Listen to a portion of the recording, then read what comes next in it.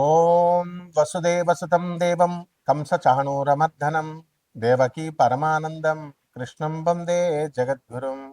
ఓం శ్రీ రాధాకృష్ణాభ్యాం నమ. కృష్ణం వందే జగద్గురుం, అర్జునం వందే జగదేకవీరం.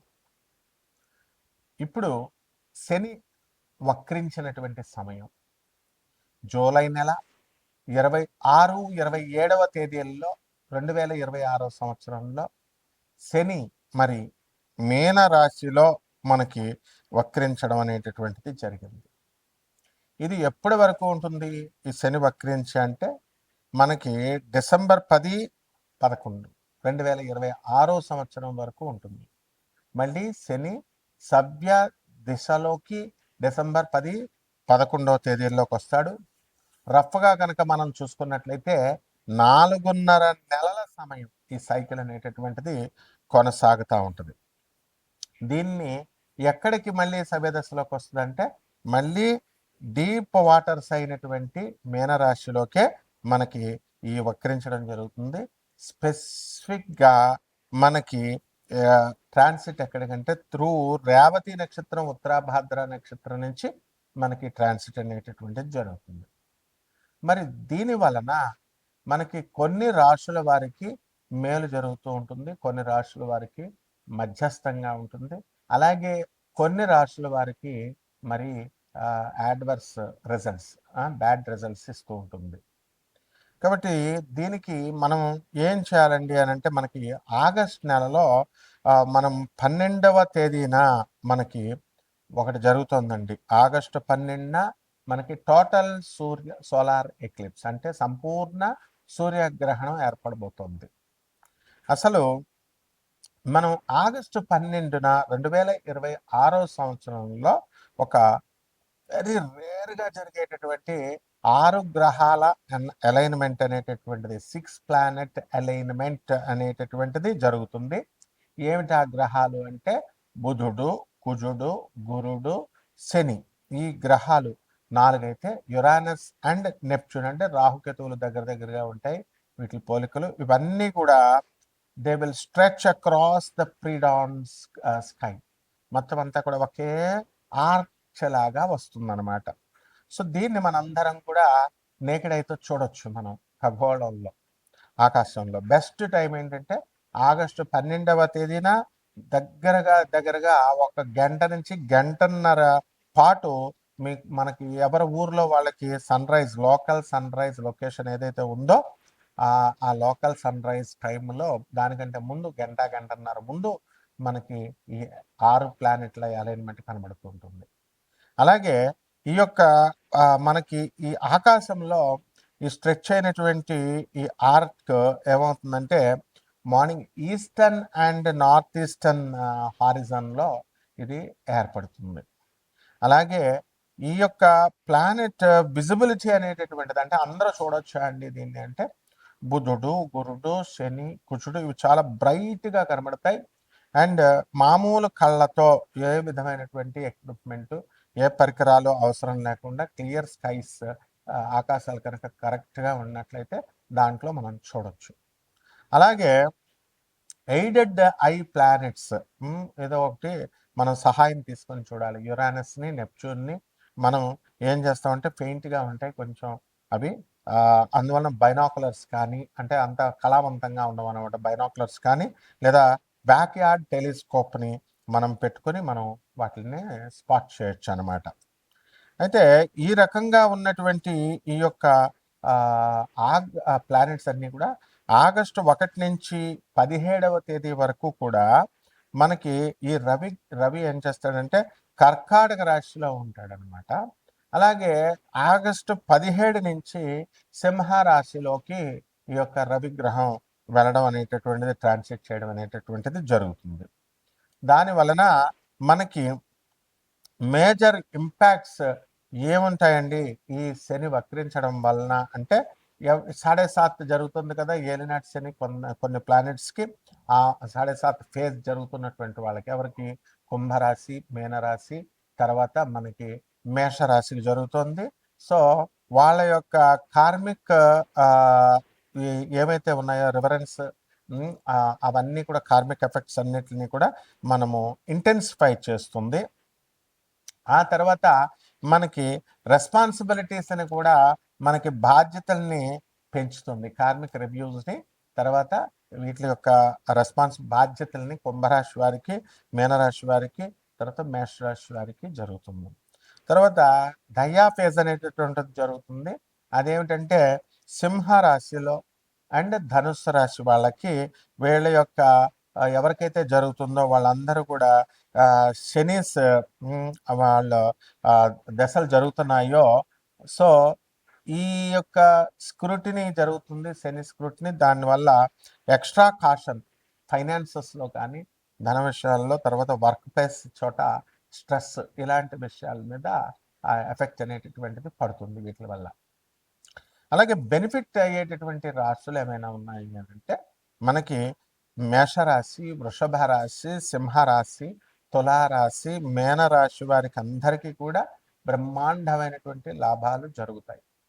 అలాగే మనకి ప్లానెటరీ ట్రాన్సిట్స్ జరుగుతున్నాయి. అది ఎవరికైతే దీనివల్ల గజకేసరి, గజలక్ష్మి యోగాలు, అలాగే బుధాదిత్య యోగాలు, ఇలాంటి యోగాలు ఎవరికైతే ఉన్నాయో వాళ్ళందరికీ కూడా ఈ యొక్క అన్లాక్ చేసి మొత్తము పాజిటివ్ షిఫ్ట్స్ వచ్చేలాగా వీళ్ళకి చేయడం జరుగుతుంది. ఈ రాశి వాళ్ళందరికీ కూడా ఎవరికైతే బుధాదిత్య యోగాలు, గజకేసరి యోగాలు వచ్చినాయో ఇంకా ఎక్కువ పెంచడం అనేటటువంటిది జరుగుతుంది. కాబట్టి మనము ఈ శని, ఏలినాటి శని అని అనగానే మొత్తం అందరూ కూడా భయపడతా ఉంటారు. అలాగే శని వక్రించినప్పుడు భయపడతా ఉంటారు. కానీ కొన్ని రాశుల వారికి ఏలినాటి శని సమయాల్లో కూడా మనకి ఈ యొక్క శని వక్రించిన సమయాల్లో కూడా మనకి మంచి జరుగుతూ ఉంటుంది. ఇప్పుడు ఈ యొక్క మైనస్ ఇంటూ మైనస్ ప్లస్ అవుతుంది ఫార్ములా. అందువలన ఎవరికైతే ఈ యొక్క శని మనకి బాగుండలేదో అటువంటి వాళ్ళకి శని వక్రించినప్పుడు, క్రూరగ్రహాలకి ఆ వక్రించినప్పుడు శుభ ఫలితాలు ఇస్తాయి. మైనస్ ఇంటూ మైనస్, అసలే శని ఏలినాటి శని జరుగుతుంది అనుకోండి, ఆ ఏలినాటి శని సమయంలో మళ్ళీ ఈ యొక్క వక్రించడం మైనస్ ఇంటూ మైనస్ ఏమవుతుంది, ప్లస్ అవుతుంది. అందువలనే మనకి కొన్ని రాశుల వారికి కొన్ని సందర్భాలలో మనకి ఏలినాటి శని కాదు, అర్ధాష్టమ శని, మనకి ఈ యొక్క వృశ్చిక రాశి వారికి అర్ధాష్టమ శని జరుగుతుంది. అలాగే సింహరాశి వారికి అష్టమ శని జరుగుతుంది. సో ఈ రాశుల వారికి అందరికీ కూడా మనకి minus into minus formula apply అయ్యి కొంచెం శుభాలు జరుగుతాయి.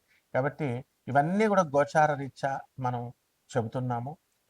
కోటాను కోట్ల మంది కామన్ ప్లాట్ఫారం మీద మీ వ్యక్తిగత జాతకాలలో మీకు ఎవరికైతే ఈ సాఫ్ట్వేర్ ఉద్యోగాలు చేస్తున్నటువంటి వాళ్ళకు ఉద్యోగాలు పోయినాయో లే ఆఫ్ల వల్ల, అటువంటి వాళ్ళకి అందరికీ మళ్ళీ ఉద్యోగాలు తిరిగి వస్తాయా రావా, వివాహాలు అవుతాయా అవ్వవా, చాలా సంవత్సరాల నుంచి ఫైనాన్సెస్ ఇన్వెస్ట్మెంట్స్ మనం పెట్టుబడి పెట్టి ఉంచాము, అప్పులు ఇచ్చున్నాము, ఆ అప్పులన్నీ కూడా వస్తాయా రావా, ఇవన్నీ కూడా వ్యక్తిగత జాతకాలను బట్టే చెప్పాలి. కాబట్టి ఇటువంటి వాళ్ళందరూ కూడా కావలసినటువంటి వాళ్ళు మరి అందరూ కూడా మనకి కాంటాక్ట్ చేయొచ్చు. దాని ద్వారా మనం వాళ్ళందరికీ కూడా చెప్పడం జరుగుతుంది. కొన్ని వాళ్ళకి కావలసినటువంటి రెమెడీస్ అన్నీ కూడా మనం చెప్పడం జరుగుతుంది. ధనుస్సు రాశి, ఈ రాశి వారికి అందరికీ కూడా వ్యాపారాలు చాలా బాగుంటాయి. అయితే దయా ఫేజ్ అనేటటువంటిది ధనుస్సు రాశి వారికి జరుగుతుంది. తర్వాత దయా ఫేజ్ అంటే ఏంటి, అర్ధాష్టమ శని, అందులో వక్రించున్నాడు. కాబట్టి ఈ వీళ్ళందరూ కూడా శనీస్ సెక్యూరిటీ స్క్రూటినీలో ఉన్నారు వీళ్ళు. అందువలన వీళ్ళందరికీ ఏంటి, ఎక్స్ట్రా కాషన్ ఫైనాన్సెస్లో కానీ, వర్క్ ప్లేస్ స్ట్రెస్లో కానీ జాగ్రత్తలు తీసుకోవాల్సినటువంటి అవసరం వీళ్ళకుంది. అలాగే ఈ ధనుస్సు రాశి వారికి అందరికీ కూడా మనకి ఈ భాగ్యంలో ఉన్నటువంటి కేతు విదేశాలకు మిమ్మల్ని పంపించడం జరుగుతుంది. మధ్యస్థంగా ఈ శని వక్రించి 2026 సంవత్సరం ఉండటం వల్ల మనకి జూలై 17 నుంచి మనకి బ్రహ్మాండమైనటువంటి 27 నుంచి మంచి రిజల్ట్స్ అనేటటువంటివి రావడానికి ప్రయత్నిస్తూ ఉంటుంది. కానీ ఈ యొక్క గురు, రవి, బుధ గ్రహాల కాంబినేషన్ వల్ల ఆగస్టు 17వ తేదీ వరకు కొంచెం డల్గా ఉంటుంది. ఆ తర్వాత నుంచి కొంచెం స్పీడ్ చేస్తుంది. కాబట్టి ఎవరైతే చిట్టి పాటలు పాడుకుంటారో నిర్వహించేటటువంటి వాళ్ళకి మీరు ఏదైనా సరే షూరిటీలో సంతకాలు పెట్టి చేయించుకొని ఇవ్వాలి, లేకపోతే దెబ్బ తినడానికి అవకాశాలు ఉంటాయి. అసలే గురుడు అష్టమ స్థితిగతుడై ఉన్నాడు కాబట్టి మీకు ఫైనాన్షియల్ లాసెస్ రావడానికి అవకాశాలు ఉన్నాయి. కొన్ని లాసెస్ లాగా కాకపోయినా రావాల్సినంత లాభం రాకపోవడం, ఇప్పుడు మీరు కోటాను కోట్ల రూపాయలు మీరు పెట్టుబడులు పెట్టి పాపం వ్యాపారాలు చేస్తారు. ఆ వ్యాపారాల్లో ప్రొడక్ట్స్ అమ్ముడవ్వాలి కదా! అమ్ముడవ్వకుండా ఉండడము, ఇలాంటి విషయాల వల్ల కొంచెం ఇబ్బంది పడ్డం అనేటటువంటిది జరుగుతుంది. ముఖ్యంగా బిల్డర్లు తమ ఫ్లాట్స్ అమ్మడలేదని, రియల్ ఎస్టేట్ అయితే మరీ దారుణంగా ఉంది పరిస్థితి. కాబట్టి నిరాశ పడాల్సినటువంటి అవసరం లేదు. అలాగే వివాహం కానటువంటి వాళ్ళకి, ఈ ధనుసు రాశి వాళ్ళకి ఇప్పుడు వివాహం సరైనటువంటి సమయం కాదు. మీరు పెళ్ళిళ్ళు కుదుర్చుకొని మీరు పెట్టుకోవడం అనేటటువంటిది జరుగుతుంది. వివాహాలు కావనమాట. అదేవిధంగా ఈ యొక్క శుభకార్యాలు అనేటటువంటిది మీరు చేయడానికి ప్రయత్నిస్తారు. అండ్ డెఫినిట్‌గా మీకు ఈ యొక్క భూములు కొనడము, ఇలాంటి విషయాల్లో మీరు సక్సెస్‌ఫుల్ అవుతారనమాట. అలాగే ఆగస్టు 2, 2026 సంవత్సరం నుంచి కుజుడు మరి మిథున రాశికొచ్చాడు. అందువలన ధైర్యంగా ఏదైనా పని చేసి దూకుడుగా చేస్తేనే తప్ప మీకు పని పూర్తి కాదు. సినిమాలు తీయాలండి అని చాలా సంవత్సరాల నుంచి అనుకుంటున్నటువంటి వాళ్ళు ఇప్పుడు ఈ యొక్క తీయడం జరుగుతుంది. అలాగే రాజకీయ రంగంలో ఉన్నటువంటి వాళ్ళు మేము సక్సెస్‌ఫుల్ కావాలండి అనుకునేటటువంటి వాళ్ళు బ్రహ్మాండంగా సక్సెస్ అవ్వడం అనేటటువంటిది జరుగుతుంది. అలాగే కోల్డ్ స్టోరేజీల వ్యాపారాలు ఇవన్నీ కూడా మంచిగా జరుగుతాయి. ఇక రైతుల పరిస్థితులు కూడా బ్రహ్మాండంగా ఉంటుంది. అప్పులన్నీ తీసేయడం జరుగుతుంది. ఇక పరిహారాల దగ్గరకొచ్చేసరికి ఈ యొక్క ధనుస్సు రాశి వారికందరికీ కూడా గురు జపం చేసుకోండి. గురు స్తోత్రాలు చదవండి. గురుడికి కిలోంపావు ఈ యొక్క శనగల్ని పసుపు రంగు వస్త్రాన్నిచ్చి పేద బ్రాహ్మణులకి గురువారం నాడు ఉదయం కరెక్ట్‌గా తెల్లవారుజామున 3 గంటలకి దానం చేసుకోండి. దశ మహావిద్యల్లో ఒకటైనటువంటి మనం తారా అమ్మవారి యొక్క హోమాన్ని కానీ, అమ్మవారి యొక్క మంత్ర జపాన్ని చేసుకోవడం ద్వారా బ్రహ్మాండంగా ఉంటుంది. సాధువులకి, అనాథలకి, వికలాంగులకి, పేదవారికి సహాయ సహకారాలు చేసుకోండి. బ్రహ్మాండంగా ఉంటుంది. శుభమస్తు.